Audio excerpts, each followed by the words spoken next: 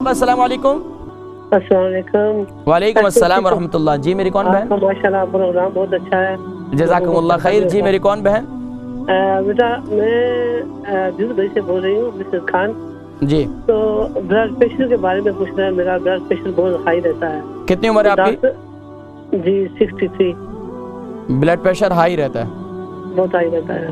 ٹھیک ہے، پروگرام دیکھیں، میں ذکر کرتا ہوں۔ بہت شکریہ، جزاکم اللہ۔ ان کی عمر 63 ہے اور بلڈ پریشر ہائی رہتا ہے۔ دیکھیں بلڈ پریشر کی کئی وجوہات ہیں۔